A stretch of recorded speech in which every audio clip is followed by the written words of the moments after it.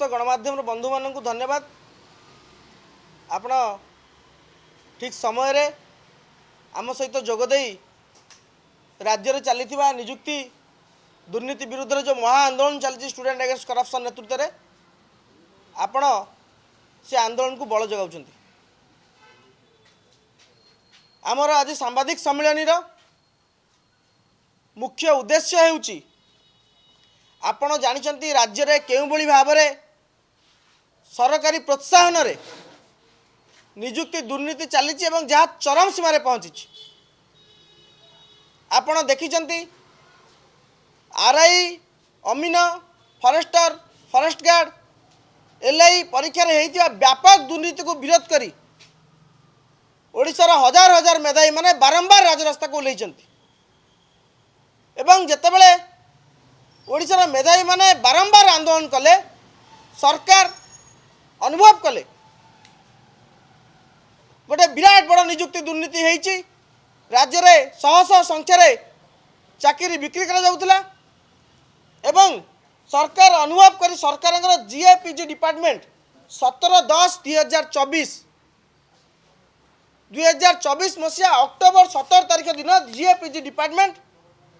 गोटे नोटिफिकेशन जारी कला कि राज्य में जो निजुक्ति दुर्नीति होइची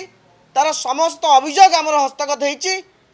आमे खूब शीघ्र तदंत करी सरकार निष्पत्ति जनइबू एवं आमर दाबी थिला आपण तुरंत जो विभ्राट सहित होता आरआई परीक्षा आरआई अमीन परीक्षा को आपण बातिल करंतु एवं जो फॉरेस्टर फॉरेस्ट गार्ड एग्जाम सब होता जो थे व्यापक दुर्नीति होता जो थे माइनस मार्क रखि -16 -14 शून्य रखि पिला माने मध्य 100% स्कोर करथिले किंतु आज को 3 मास बीतीगला सरकार मेधावी मान कथा भूली जाइछंती। सरकार नाच गीतर मशगुल अछंती।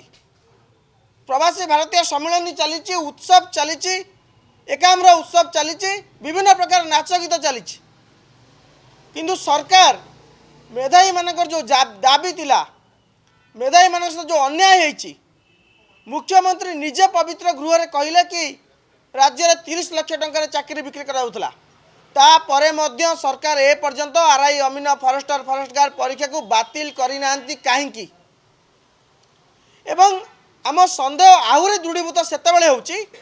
जेतेबेले तदंत आଳରେ सरकार 3 मास हेलानी कौन निष्पत्ति नहीं पारुना आमे अनुमान करुचु राज्य रे बोधे सरकार दलाल मानक सहित बोधे सरकार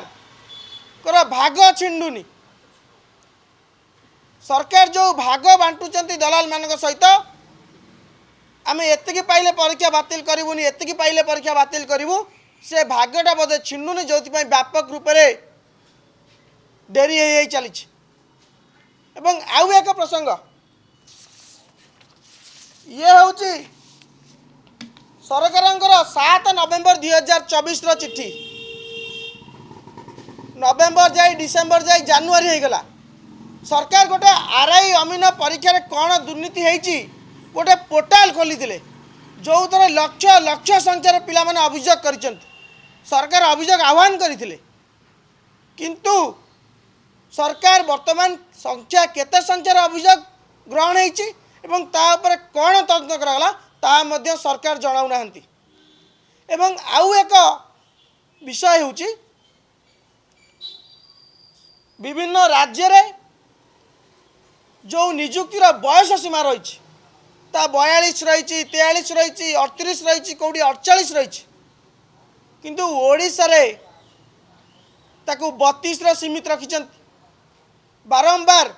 कोविड आवर 3 वर्ष पिला माने परीक्षा दे पाले नहीं 3 वर्ष धरी कौन रिक्रुटमेंट प्रोसेस है नहीं निजुक्ति बाहर नहीं पिलांकर बयस गड़ी जाउची गोटे गोटे नोटिफिकेशन जहाँ 6 मास रे निजुक्ति दि जाए कथा नोटिफिकेशन डेट निजुक्ति पोस्टिंग डेट 6 मास भीतर हवा कथा ता वर्ष वर्ष धरी चलुची पिलांकर बयस गड़ी जाउची। आमे दाबी करूचु सरकार तुरंत बयस सीमा 38 को वृद्धि करंतु नचेत लक्ष लक्ष मेधावी माने बाध्य हे दादन खटिया बाहर को जीवाई कारण बयस सीमार शेष बयस आसी उपनीत से माने निजुक्ति प्रक्रिया होनी परीक्षा बाहरुनी जो गुड़ा बाहर सब जगह हाइकोर्ट चैलेंज हो निजुक्ति दुर्नीति होमें दाबी करुचु जो मैंने मेधावी मैंने अच्छा वर्ष वर्ष धरी परिश्रम कर निजुक्ति बयस सीमा को 38 को वृद्धि करा जाऊ एवं जदि सरकार को आम 5 दिन समय दौर आज 18 जनवरी 18, 19, 20, 21, 22 आम सरकार को 5 दिन समय दौर RI Amina forester forest guard तुरंत निष्पत्ति नियंतु एवं मेधावी निजुक्ति बयस सीमा को वृद्धि करंतु नचेत आगामी 23 तारीख दिन सारा ओडिशार मेधावी मानक आम आह्वान करुचु सरकार सहित सीधा सड़क निर्णायक लड़ाई हम एवं जहाँ परिस्थिति उपजिब से ओडिशा सरकार ओडिशा पुलिस ओडिशार शासन व्यवस्था ही दायी रहिबो।